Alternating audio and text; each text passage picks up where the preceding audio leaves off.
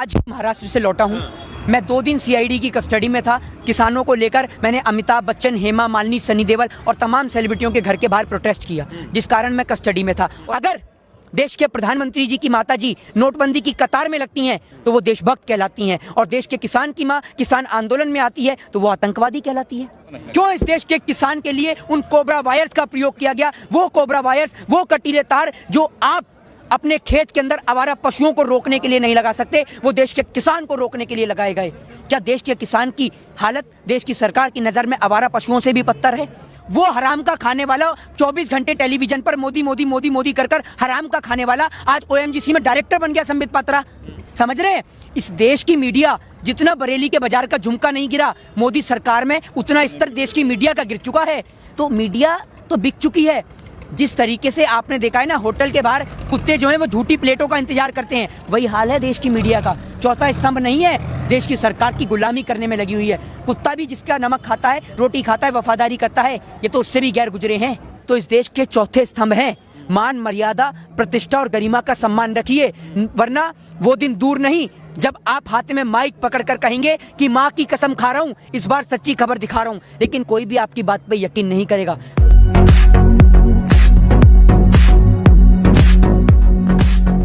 नमस्कार, आपके साथ मैं हूं आकिल रजा। गाजीपुर बॉर्डर पर इस वक्त मैं मौजूद हूं। किसानों का आंदोलन लगातार जारी है। मेरे साथ मोहित शर्मा हैं। मोहित, अब जो है सुप्रीम कोर्ट ने भी इसमें दखल दी है, कानूनों पर रोक लगा दी है, समिति भी गठित की है। कैसे देखते हैं इस पूरे मामले को? देखिए, ये मामला जो है ना, आप लोगों की नज़र में ये मामला सिर्फ कुछ चंद लोगों की राजनीति का हो सकता है, या आप लोग कहें कि ये खालिस्तानी आतंकवादी या पाकिस्तानियों का हो सकता है। नहीं, ये मामला उन तमाम देश के नौजवानों का है, उन तमाम माताओं का है जिन्होंने इस आंदोलन के चलते अपने वीर सपूतों को खो दिया, उन तमाम बेटों का है जिन्होंने अपने पिता को खो दिया। एक बार अपने दिल पे हाथ रख के सोचिए कि ये आंदोलन की समाप्ति के बाद जिन माओं ने अपने बच्चों को खो दिया या जिन पिता ने अपने बेटों को खो दिया, उनका घर और परिवार कैसे चलेगा? देश के प्रधानमंत्री जी जब विदेश के अंदर एक हवाई दुर्घटना होती है, वहाँ के लोग मरते हैं तो उन्हें संवेदना पहुँचा देते हैं, लेकिन जब हमारे देश के 60 से ज़्यादा किसान शहीद हो जाते हैं, उनको लेकर देश के प्रधानमंत्री जी चुप और मौन रहते हैं। क्यों नहीं बोलते आप देश के प्रधानमंत्री जी देश के किसान के लिए? ये वो देश का किसान है जो बंजर भूमि से अनाज पैदा कर कश्मीर से कन्याकुमारी तक सभी लोगों का पेट भरने का कार्य करता है। अरे इस देश के किसी भी व्यक्ति की क्या औकात है, चाहे वो मैं ही क्यों ना हूँ या आप क्यों ना हो, आपकी और हमारी औकात क्या है इस देश के किसान के आगे? हम क्या दे सकते हैं इस देश के किसान को?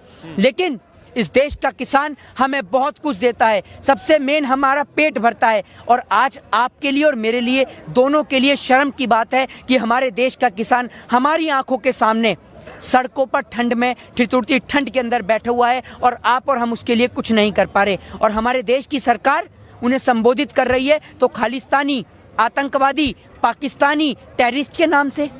अरे अगर आतंकवादी हैं तो वो इस देश के नेता हैं जो रहते इस देश में हैं, गाते इस देश का हैं, लेकिन पसंद उन्हें पाकिस्तान की बिरयानी आती है। वो हैं इस देश के सबसे बड़े आतंकवादी। एक और सरहद पर देश के जवान सीने पर गोली खाते हैं, पाकिस्तान से लोहा लेते हैं, और देश के प्रधानमंत्री जी उसी पाकिस्तान की बिरयानी खाते हैं।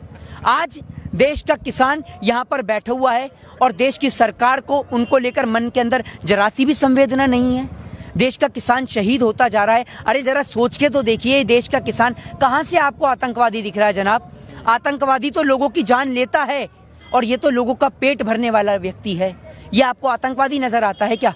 और आतंकवादी अपने आप को कभी नहीं मारता, और ये देश का किसान है जिसने खुद अपने आप से सुसाइड करा है। वो इसलिए आत्महत्या करी है उसने क्योंकि उसने देखा कि जिस मिट्टी को आज़ाद कराने के लिए, जिस धरती को आज़ाद कराने के लिए हमारे पूर्वजों ने अपना लहू बहा दिया, अपने शरीर को कुर्बान कर दिया इस देश के खातिर, आज उस देश की धरती पर किस तरीके का अपराध हो रहा है। उस देश की धरती पर, जिस देश के अंदर भगवान श्री कृष्ण ने गीता के अंदर कहा है कि राजा से बढ़कर होता है देश का किसान। राजा सिर्फ अपने राज्य का पालनहार होता है, लेकिन जो किसान जो होता है वो पूरी मानव जाति का तारनहार होता है। तो भगवान श्री कृष्ण ने भगवान से भी बढ़कर बताया है देश के किसान को, और आज उस किसान के साथ इतना अन्याय, इतना जुल्म क्यों?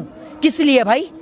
वो देश का किसान है सिर्फ इसलिए आप सिर्फ चंद उद्योगपतियों को फायदा पहुंचाने के लिए इस देश के तमाम देश के किसानों का सर कलाम करने में लगे हुए हैं, उन्हें बलि का बकरा बनाने में लगे हुए हैं। आपको शर्म नहीं आती प्रधानमंत्री जी? अगर देश के प्रधानमंत्री जी की माता जी नोटबंदी की कतार में लगती हैं तो वो देशभक्त कहलाती हैं, और देश के किसान की माँ किसान आंदोलन में आती है तो वो आतंकवादी कहलाती है। ऐसा दोहरा चरित्र क्यों देश के प्रधानमंत्री जी का, जरा ये तो बताइए। और आप कोर्ट की बात करते हैं, एक बात मुझे बताइए, जब इस देश की सरकार इस देश की जुडिशरी पर, इस देश की न्यायपालिका पर दबाव डालती है, उसे खरीदने का प्रयास करती है, तो ये दिल बहुत दुखता है। आज आप एक बात मुझे बताइए कि निर्भया के दोषियों ने बलात्कार करा, उन्हें फांसी के तख्ते पर लटका दिया गया। बहुत अच्छी बात है, क्योंकि बलात्कार करने वाले को फांसी की सजा होनी चाहिए। लेकिन बलात्कार करने वाला अगर गरीब हो तो फांसी पर लटका दो, और अगर वही बलात्कार करने वाला कुलदीप सिंह सेंगर, चिन्मयानंद, नित्यानंद, राम रहीम, आसा राम जैसा हो तो उसे बैठाल के जेल की रोटी खिलाओ। देश की न्यायपालिका को, देश के किसान को विश्वास दिलाना होगा, भरोसा दिलाना होगा कि जो 60 से ज़्यादा आपके किसान भाई शहीद हुए हैं, उनकी शहादत व्यर्थ नहीं जाएगी। उनकी शहादत को इतिहास के अंदर याद रखा जाएगा कि जब सारा का सारा देश अंबानी और अडानी के हाथ में सौंपने की तैयारी में था, देश की सरकार के द्वारा पूरा देश अंबानी और अडानी के हाथ में सौंपा जा रहा था, तो वो इस देश के किसान जो लोगों का पेट भरते हैं, वो सड़क पर उतरे और अपनी शहादत देकर, शहीद होकर इस देश को उद्योगपति के हाथ में जाने से बचाया। तो देश की न्यायपालिका को लिखित में देना होगा कि देश के किसान को ये काला कानून कभी लागू नहीं किया जाएगा। और मैं तो देश के प्रधानमंत्री जी से सीधा कहता हूं कि प्रधानमंत्री जी, एक और आप रामलीला मैदान में आइए, अपने दलाल पत्रकारों को लेकर, अपने पत्तल चाट पत्रकारों को लेकर, और एक और देश का किसान बैठा होगा। आमने सामने जनसंवाद करिए ना, क्योंकि बंद कमरे के अंदर समझौते होते हैं, न्याय नहीं। तो अगर आपको न्याय देना है तो आइए, रामलीला मैदान खुला मैदान है, चुनौती है आपको, आइए और देश के किसान से बहस करिए किसान मुद्दों को लेकर। क्यों नहीं कर रहे आप? इस समिति को कैसे देखते हैं जो सुप्रीम कोर्ट ने बनाई है, जो कहीं ना कहीं हितों को देखकर और इस मामले को निपटाने के लेकर सरकार की है? देखिए, हमारे देश के अंदर सभी तमाम लोगों ने देखा है, मैं खुद कानून का छात्र हूँ, और हमारे देश का संविधान, हमारे देश का कानून आपको और मुझे आज़ादी देता है, अभिव्यक्ति की आज़ादी देता है, स्वतंत्रता की आज़ादी देता है, राइट टू स्पीच की आज़ादी देता है, राइट टू फ्रीडम की आज़ादी देता है। लेकिन आज जब लोकतांत्रिक देश में, भारत जैसे लोकतांत्रिक देश में, कोई भी व्यक्ति अगर आवाज़ उठाता है तो उसे उठाकर जेल में डाल दिया जाता है। आप उससे कैसे अभिव्यक्ति की आज़ादी छीन सकते हैं? इस देश का आर्टिकल 19 आपको आज़ादी देता है प्रोटेस्ट करने की, शांतिपूर्ण तरीके से कानून और संविधान के दायरे में रहकर आपको प्रोटेस्ट करने की आज़ादी देता है। तो क्यों देश के किसान को रामलीला मैदान में जाने से रोका गया? क्यों इस देश के किसान के ऊपर लाठी, डंडे और भाजे गए? क्यों इस देश के किसान के लिए उन कोबरा वायर्स का प्रयोग किया गया? वो कोबरा वायर्स, वो कटीले तार जो आप अपने खेत के अंदर आवारा पशुओं को रोकने के लिए नहीं लगा सकते, वो देश के किसान को रोकने के लिए लगाए गए। क्या देश के किसान की हालत देश की सरकार की नज़र में आवारा पशुओं से भी बदतर है? और देश के प्रधानमंत्री जी इस देश के लिए एक सामूहिक पनौती हैं, इस देश के लिए एक इंटरनेशनल पनौती हैं। अमेरिका गए तो ट्रंप के साथ क्या हुआ पूरे देश ने देखा। इन्होंने मोर को हाथ लगाया तो आज सारे के सारे पक्षी बर्ड फ्लू से जूझ रहे हैं। देख रहे हैं आज सारे पक्षी बर्ड फ्लू से जूझ रहे हैं। एक बीमारी जा नहीं रही, दूसरी नई बीमारी देश के अंदर तैनात हो रही है। क्या हो रहा है देश का हाल है? इसमें भी प्रधानमंत्री का दोष मान रहे हैं? तो आप एक बात मुझे बताइए, तो क्या ये रात को सपने में हो गई बीमारी? कैसे हो गई कोरोना? अगर आप एक बात मुझे बताइए, कोरोना कैसे आया? कैसे आया कोरोना? फ्लाइट के जरिए आया ना। चाइना से आप कैसे जाते हैं? फ्लाइट के जरिए। तो अगर भारत देश के अंदर कोरोना सबसे पहले होता ना, तो भारत देश के नागरिक को किसी और जगह, कोई और विदेश में जाने नहीं देता। लेकिन भारत देश के प्रधानमंत्री जी तो व्यस्त थे अपने आटा चोर कंस, व्यापम घोटाला वाले आटा चोर कंस मामा की सरकार बनाने में, उस शिवराज सिंह चौहान को मुख्यमंत्री बनाने में व्यस्त थे, जिस कारण पूरे देश को आज कोरोना जैसी महामारी से जूझना पड़ा। और कोरोना कहाँ है और इनके पास कौन सा चूरन है जो देश की जनता को नहीं देते और अपनी जेब में रखते हैं? ये बिहार पहुंचते हैं तो कोरोना गायब हो जाता है, और बिहार से आते हैं तो दोबारा कोरोना हो जाता है। तो ऐसा कौन सा कोरोना है और ऐसी कौन सी पुड़िया है जो आपके पास है और हमारे पास नहीं है? तो जरा हमें भी तो दीजिए, हमें क्यों नहीं दे रहे? क्योंकि इनके प्रवक्ता को तो फायदा है। वो हराम का खाने वाला 24 घंटे टेलीविजन पर मोदी मोदी मोदी मोदी कर हराम का खाने वाला आज OMGC में डायरेक्टर बन गया संबित पात्रा। समझ रहे हैं? इस देश की मीडिया जितना बरेली के बाजार का झुमका नहीं गिरा मोदी सरकार में, उतना स्तर देश की मीडिया का गिर चुका है। तो मीडिया तो बिक चुकी है। जिस तरीके से आपने देखा है ना, होटल के बाहर कुत्ते जो हैं वो झूठी प्लेटों का इंतजार करते हैं, वही हाल है देश की मीडिया का। चौथा स्तंभ नहीं है, देश की सरकार की गुलामी करने में लगी हुई है। कुत्ता भी जिसका नमक खाता है, रोटी खाता है, वफादारी करता है, ये तो उससे भी गैर गुजरे हैं। देखा ना आपने? ये सवाल ये खड़े कर रही है कि कृषि कानून इन्हें मंजूर नहीं, अब सुप्रीम कोर्ट ने जो समिति गठित की है वो भी इन्हें मंजूर नहीं, तो मंजूर पहले मुझे आप उस मीडिया का नाम बताइए, कौन सी मीडिया की बात करते हैं? उस मीडिया की बात करते हैं जिसका चैनल का ऑनर है भारतीय जनता पार्टी के राज्यसभा सांसद सुभाष चंद्रा, या उस मीडिया की बात करते हैं जिसके ऑनर अंबानी और अडानी है, या उस मीडिया की बात करते हैं जिसका ऑनर वो पौने 2 आंख वाला कानिया पौने 2 आंख वाला बाबा रामदेव है?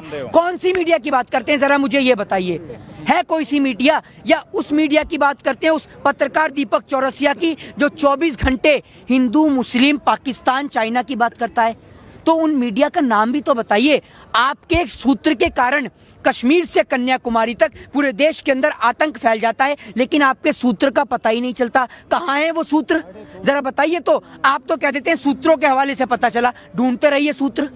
आपके सूत्र के कारण एक भाई दूसरे भाई का रक्त बहा देता है, लेकिन आपके सूत्रों का पता नहीं चलता। गरिमा का सम्मान रखिए, वरना वो दिन दूर नहीं जब आप हाथ में माइक पकड़कर कहेंगे कि माँ की कसम खा रहा हूँ, इस बार सच्ची खबर दिखा रहा हूँ, लेकिन कोई भी आपकी बात पे यकीन नहीं करेगा। तो इसलिए वो दिन मत लाइए।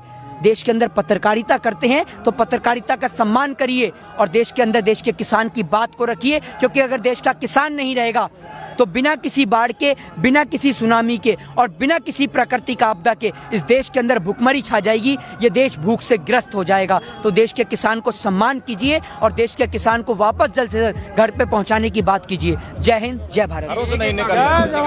विरोध किया, ठीक है, यहाँ पर विरोध हो रहा है, ठीक है।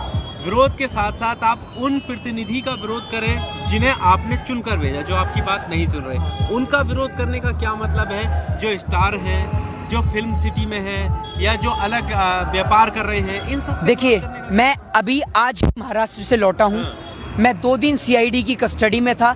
किसानों को लेकर मैंने अमिताभ बच्चन, हेमा मालिनी, सनी देओल और तमाम सेलिब्रिटियों के घर के बाहर प्रोटेस्ट किया, जिस कारण मैं कस्टडी में था। और अभी आपने कहा ना नारे, असल में ये नारे नहीं, ये हमारे दिल का जोश है।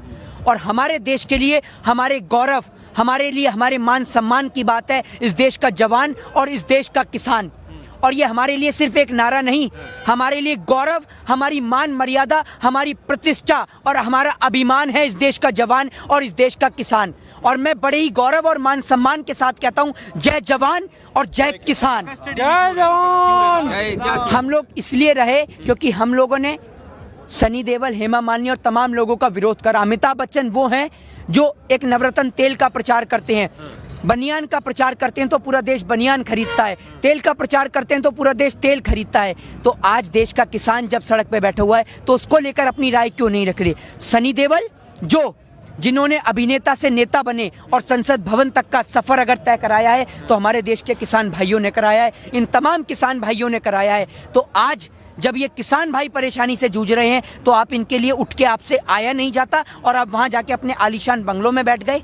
तो आप लोगों को जागना होगा, क्योंकि अगर इस देश का लोकतंत्र आप जैसे लोगों को नेता और सांसद बनाना जानता है तो वापस आपको आपकी औकात में लाना भी जानता है। अभी एक स्टेटमेंट आया है हेमा मालिनी का, बीजेपी की सांसद हैं, आप उनकी फिल्म से उसकी बात कर ही रहे हैं कि ये नहीं बोले। उन्होंने बोला है कि दरअसल इन किसानों को पता ही नहीं है कि ये विरोध काय का कर रहे हैं। ये उनको सुनिए, उन्हें आप सांसद तो बन गई हैं, आप अभिनेता तो थी, अभिनेता का ही काम करिए। आप जरा थोड़ा सा फ्लैशबैक में जाइए और थोड़ा सा कृषि कानून को रीड करिए।